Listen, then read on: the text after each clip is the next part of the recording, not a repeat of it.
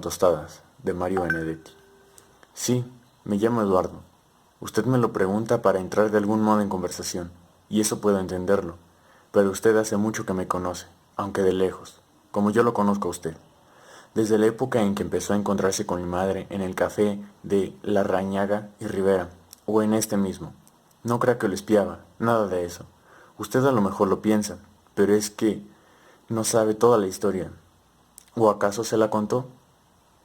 Hace tiempo que yo tenía ganas de hablar con usted, pero no me atrevía. Así que después de todo, le agradezco que me haya ganado de mano. ¿Y sabe por qué tenía ganas de hablar con usted?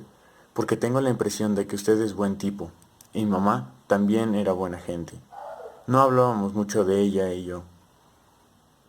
En casa, o reinaba el silencio o tenía la palabra mi padre, pero el viejo hablaba casi exclusivamente cuando venía borracho, o sea, casi todas las noches, y entonces más bien gritaba. Los tres le teníamos miedo, mamá, mi hermanita Mirta y yo. Ahora tengo 13 años y medio, y aprendí muchas cosas, entre otras que los tipos que gritan y castiguen e insultan son en el fondo unos pobres diablos, pero entonces yo era mucho más chico y no lo sabía. Mirta no lo sabe ni siquiera ahora, pero ella es 13 años menor que yo, y sé que a veces en la noche se despierta llorando. Es el miedo. ¿Usted alguna vez tuvo miedo? A Mirta siempre le parece que el viejo va a aparecer borracho, y que se va a quitar el cinturón para pegarle. Todavía no se ha acostumbrado a la nueva situación. Yo, en cambio, he tratado de acostumbrarme. Usted apareció hace un año y medio, pero el viejo se emborrachaba desde hace mucho más. Y no bien agarró ese vicio, nos empezó a pegar a los tres. A Mirta y a mí nos daba con el cinto. Duele bastante, pero a mamá le pegaba con el puño cerrado, porque si no más, sin mayor motivo, porque la sopa estaba demasiado caliente o porque estaba demasiado fría, o porque no la había esperado despierta hasta las 3 de la madrugada, o porque tenía los ojos hinchados de tanto llorar. Después, con el tiempo, mamá dejó de llorar. Yo no sé cómo hacía, pero cuando él le pegaba, ella ni siquiera se mordía los labios, y no lloraba, y eso al viejo le daba todavía más rabia. Ella era consciente de eso, y sin embargo prefería no llorar. Usted conoció a mamá cuando ella ya había aguantado y sufrido mucho, pero solo 4 años antes. Me acuerdo perfectamente. Todavía era muy linda y tenía buenos colores. Además, era una mujer fuerte. Algunas noches, cuando por fin el viejo caía estrepitosamente y de inmediato empezaba a roncar. Entre ella y yo lo levantábamos y lo llevábamos hasta la cama. Era pesadísimo, y además aquello era como levantar a un muerto. La que hacía casi toda fuerza era ella. Yo apenas si me encargaba de sostener una pierna, con el pantalón todo embarrado y el zapato marrón con los cordones sueltos. Usted seguramente creerá que el viejo toda la vida fue un bruto, pero no. A papá lo destruyó una porquería que le hicieron, y esa la hizo precisamente un primo de mamá, ese que trabaja en el municipio.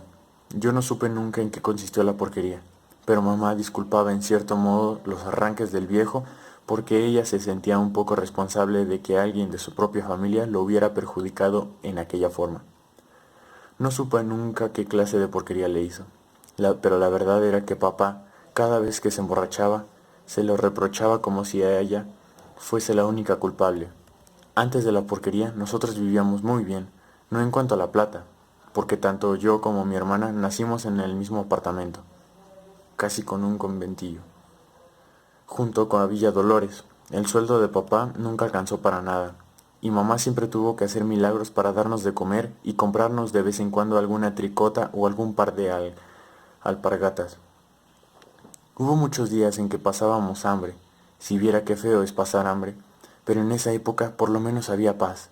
El viejo no se emborrachaba, ni nos pegaba, y a veces hasta nos llevaba a la matiné. Aún desde la porquería, cuando papá todavía no tomaba, yo era un tipo bastante alunado. A veces se levantaba al mediodía y no le hablaba a nadie, pero por lo menos no nos pegaba ni le insultaba a mamá. Ojalá hubiera seguido así toda la vida. Claro que después vino la porquería y él se derrumbó, y empezó a ir al boliche y a llegar siempre después de medianoche, con un olor a grapa que apestaba. En los últimos tiempos todavía era peor, porque también se emborrachaba de día y ni siquiera nos dejaba ese respiro. Estoy seguro de que los vecinos escuchaban todos los gritos, pero nadie decía nada.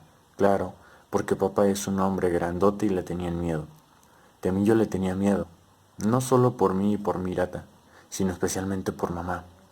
A veces yo no iba a la escuela, no por hacer la rabona, sino para quedarme rondando la casa, ya que siempre temía que el viejo llegara durante el día, más borracho de que costumbre, y le moliera a golpes.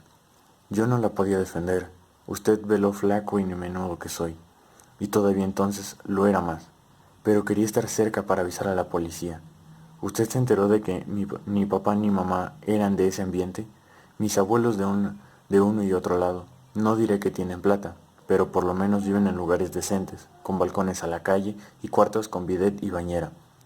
Después que pasó todo, Mirta se fue a vivir con mi abuela Juana, la madre de mi papá, y yo estoy por ahora en casa de mi abuela Blanca, la madre de mamá. Ahora casi se pelearon por recogernos, pero cuando papá y mamá se casaron, ellas se habían opuesto a ese matrimonio. Ahora pienso que a lo mejor tenían razón, y cortaron las relaciones con nosotros. Digo nosotros porque papá y mamá se casaron cuando yo ya tenía 6 meses. Eso me lo contaron una vez en la escuela, y yo le reventé la nariz al Beto.